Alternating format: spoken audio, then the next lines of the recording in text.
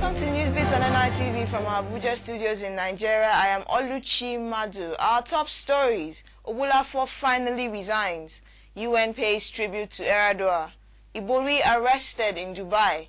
Lagos state government assists families of late journalists. All this shortly.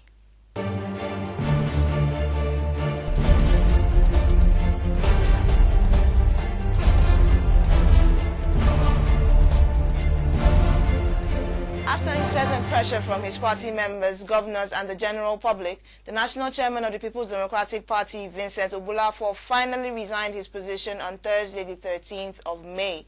Ogbulafor's resignation was mostly as a result of pressure from the presidency and the PDP governors over the 104 million naira corruption charges the Independent Corrupt Practices and Other Related Offences Commission brought against him.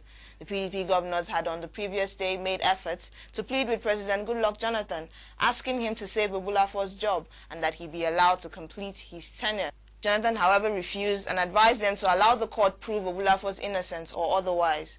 The governors consequently gave Ogbulafor up till 11 a.m. on Thursday to resign.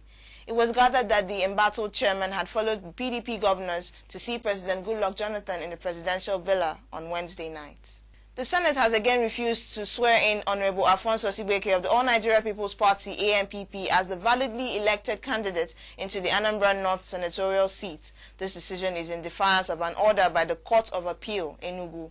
According to the Senate spokesman Ayogo Eze, the House was in possession of Senator Joy Emodi's notice of appeal to the Supreme Court, which meant that the matter was still alive in the court and any attempts to speak on it or act on it would be prejudicial. Ibeke, who was at the Senate yesterday, could not go beyond the lobby into the chamber and therefore was not sworn in to take up the senatorial seat. Emodi was also absent at the chamber yesterday, but copies of her notice of appeal to the Supreme Court were circulated to Senate correspondents. Members of the United Nations paid tribute to Nigeria's late President Umar Musa Yar'Adua at a special session held in his honor at the UN headquarters in New York, United States. The session was presided over by the President of the Assembly, Abdul Salam Treki. Starting off the tributes, UN Secretary General Ban Ki-moon said Yar'Adua will be remembered for his unwavering contribution to democratic governance, economic revitalization, and in particular his determined efforts to bring peace to the Niger Delta region. In her response to all the messages from various world leaders, Nigeria's permanent representative to the UN, Professor Joy Ogu, expressed Nigeria's appreciation to member countries.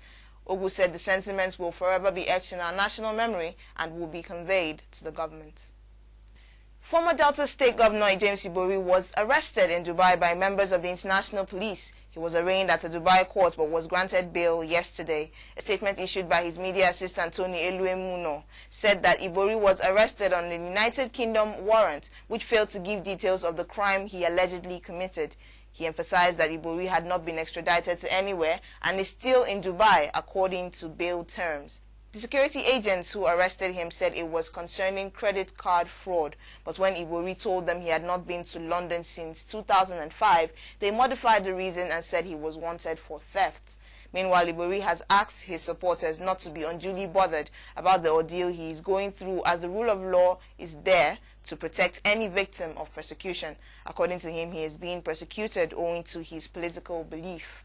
In a similar development, the chairman of the Delta State House of Assembly Committee on Peace and Security in Warri South, Kingsley Tenuma, warned that the arrest of Ibori will spark off ethnic politics and could lead to a fresh round of conflict in the state. He urged President Goodluck Jonathan to tread softly so as not to be seen as taking vengeance on anyone.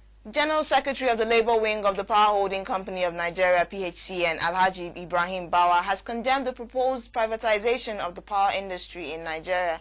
While speaking at a meeting of staff of the PHCN in Minna, Niger State, Bawa said when the PHCN is fully privatized, Nigerians might have to pay 18 naira more than the current rate, which would equal 22 naira. He accused the federal government that it was planning to give the power sector to people he described as profiteers instead of exploring ways of converting available water in the country into dams. He faulted the government's plan to sell off the existing assets of the power sector, which he said had suffered several years of neglect. He maintained that the move to privatize would lead to the collapse of the sector. As a sign of solidarity and sympathy to the plight of the families of the assassinated journalists, the Lagos State government on Thursday donated 2 3-bedroom apartments, one each to the families of the 2 journalists murdered in Lagos recently. The families are those of the late Bayo Ohu, a political editor with The Guardian who was murdered on September 20, 2009, and the family of the late Edo Sule Ubagu, a judiciary correspondent with the Nation newspaper who was shot dead on April 25, 2010. The presentation was made at a media stakeholders debate titled 150 Years of Journalism, How Far?, which the Lagos chapter of the Nigerian Union of Journalists organized to commemorate the 2010 Press Week. The State's Commissioner for Information and Strategy, Okpeyemi Bamidele, who represented the State Governor Babatunde Fashola at the event, also announced a donation of 1 million naira to the widow of Mr. Ubagu. The donation fulfilled the promise made by Mr. Fashola following a rally held at the Lagos NUJ complaining of the killings which have placed journalists and their families on the endangered list. Also present at the event was the Minister of Information and Communication, Professor Dora Akunyili. And that's it on this edition of Newsbits. Thanks for logging on. My name is Oluchi Madu.